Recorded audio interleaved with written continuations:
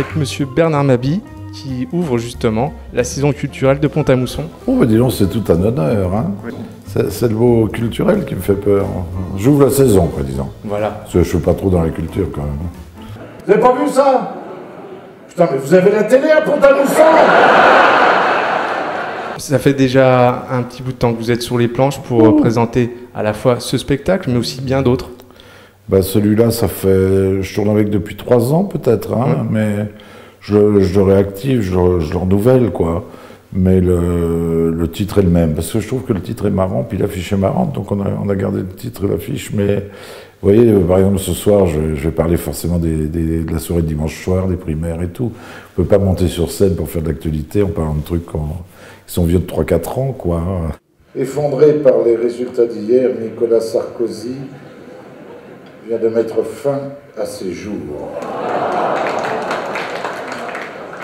Tu aurais une musique d'ambiance, Manu?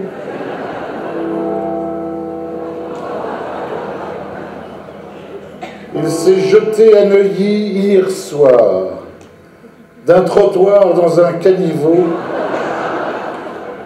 avenue Liliane Bettencourt.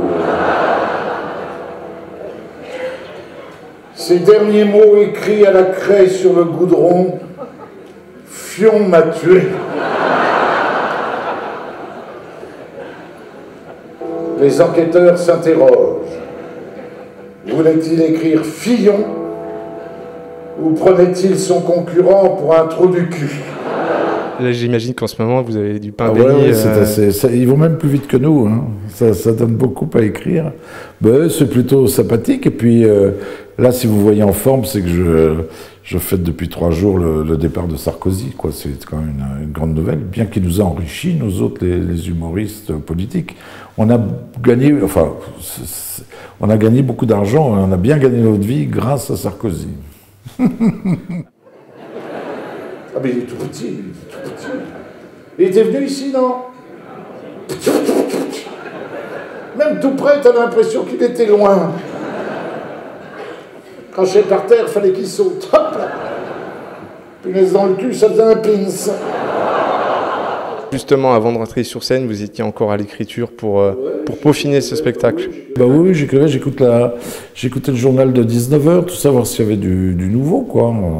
Oui, mais ça, c'est vraiment plaisant, parce qu'on retrouve un peu un travail de journaliste, quoi. Hein. Enfin, toute modestie, mais c'est agréable. Donald Trump. Eux, ils ont élu Donald, nous, on aura Picsou. Ah, il est distingué avec les femmes, le Donald, hein? Il a dit, j'en ai une grosse. Quand tu t'appelles Trump, c'est sûr que... La politique, mais pas que. Non, je parle un peu de tout, oui.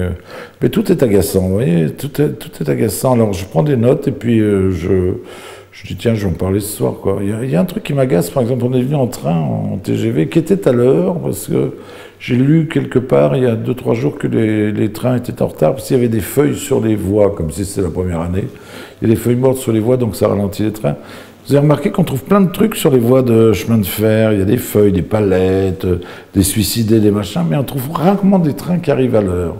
Mais ce qui m'agace, c'est le contrôleur. Ouais. Et aujourd'hui, il m'a refait la même chose. Je déteste les contrôleurs. Non pas que j'ai pas pris de billet, j'ai pris mon billet, mais vous avez remarqué que ce sont des gens qui passent 15 fois dans le couloir, vous êtes réveillé et tout, ils vous demandent rien, et dès que vous vous endormez, ils viennent vous secouer pour vous demander votre billet. J'ai toujours pas compris pourquoi. Ils m'agacent. Mais dans le contrôleur, il y a con. Il faut ressortir les cocottes minutes. Vous avez les cocottes minutes? Il faut les ressortir, mesdames. Pour cuisiner avec, j'en ai acheté une. J'ai fait des œufs sur le plat. Oh, la taille de la bouillette, hein. Je suis surpris, ravi qu'il y ait autant de monde à Pont-à-Mousson un mardi soir. C'est formidable. Ça veut dire aussi que les gens n'ont ras le bol, qu'ils ont envie de venir partager des moments de colère contre tous ceux qui nous gouvernent ou aimeraient le faire, quoi. Je crois que c'est ça. On va aller chez Toubib, on ne verra plus. Il y a des médecins dans la salle.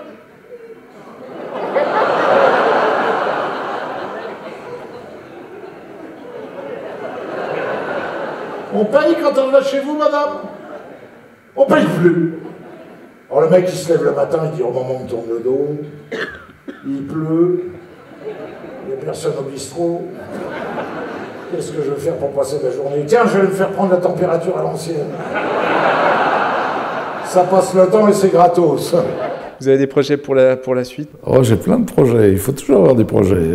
Mais oui, pour changer un peu du one man, quoi. On a du mal à vous freiner en ce moment. Vous êtes. Ouais, je bosse comme un fou. Ben, vous savez, moi, quand je bosse pas, je m'ennuie d'abord. Et puis, j'ai l'impression de vieillir. Donc, ouais, je travaille comme un dingue.